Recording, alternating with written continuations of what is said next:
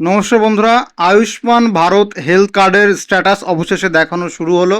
আপনি আপনার পরিবারের যতগুলো মেম্বার আছে প্রত্যেকের কার্ডের স্ট্যাটাস চেক করতে পারেন এবং কার্ড হয়েছে কিনা সেটাও দেখতে পারেন, এবং এখান থেকে ইকেওয়াইসি বা অথেন্টিকেশন করতে হচ্ছে সেটাও দেখাবো। তো ভিডিওটা সম্পূর্ণ দেখুন, স্টেপ বাই স্টেপ সমস্ত কিছু আলোচনা করছি। আর এরকম গুরুত্বপূর্ণ ভিডিও আরও পাওয়ার জন্য চ্যানেলটিকে সাবস্ক্রাইব করে রাখবেন। তো আপনাকে আসতে হবে এই ওয়েবসাইটে beneficiary.nha.gov.in। আমি লিঙ্ক দিয়ে দেবো ডেসক্রিপশন বক্সে। দেখুন শেষে আছে .gov.in, মানে এটা গভর্নমেন্টের ওয়েবসাইট। প্রথমে এখানে এসে আপনাকে লগ ইন করতে হবে। কীভাবে লগ ইন করবেন, এখানে বেনিফিশিয়ারি অপশানটা চেক মার্ক থাকবে, সেটাই থাকবে। এখানে যে ক্যাপচা কোড আছে সেই ক্যাপচা কোডটা এখানে বসাবেন। ক্যাপচা কোড এখান থেকে আপনি রিসেটও করতে পারেন। ক্যাপচা কোড বসানোর পরে আপনার যে কোনো একটা ফোন নাম্বার এখানে দেবেন, তারপরে লগ ইন অপশানে ক্লিক করবেন। ফোন নাম্বার দেওয়ার পরে এখানে ভেরিফাই অপশানে ক্লিক করবেন।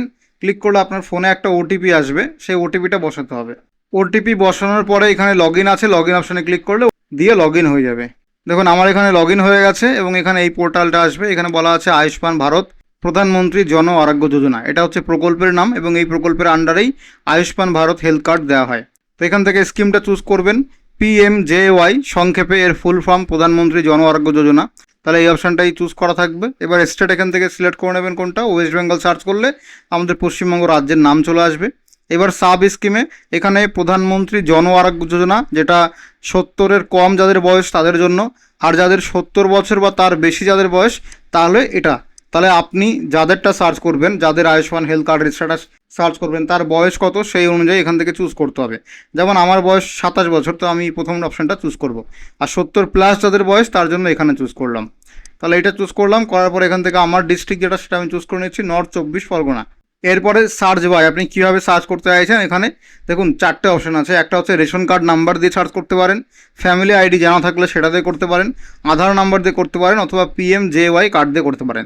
তো আমাদের পশ্চিমবঙ্গের জন্য সবথেকে ভালো অপশান আধার নাম্বার অথবা রেশন কার্ড নাম্বার। আমি আধার নাম্বার চুজ করে নিচ্ছি।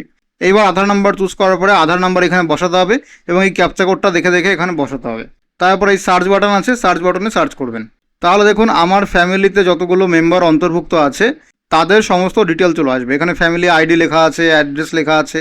তো আমার কোন ধরনের রেশন কার্ড আছে, আমাদের প্রত্যেকের SPHH রেশন কার্ড আছে। তো এখানে ফ্যামিলি মেম্বারের নাম, রেশন কার্ডের ক্যাটাগরি, তার বাবার নাম বা বাবার নামই দেওয়া আছে এখানে প্রত্যেকের। তারপরে এখানে বলা আছে সম্পর্ক, এবং তারপরে এখানে মোবাইল নাম্বারের লাস্টে 4টে সংখ্যা দেখা যাচ্ছে, এবং এখানে বলা আছে আইডেন্টিফাইড, কিন্তু কার্ড এখনও জেনারেট হয়নি। তাহলে কার্ডের স্ট্যাটাস কি? কার্ডের স্ট্যাটাস হচ্ছে এখনও জেনারেট করা হয়নি। আর ইকেওয়াইসি স্ট্যাটাস কি আছে? এখন আইডেন্টিফাই করা হয়েছে। তাহলে এখান থেকে আপনি সমস্ত কিছু চেক করতে পারেন, যেভাবে আমি চেক করে দেখাচ্ছি।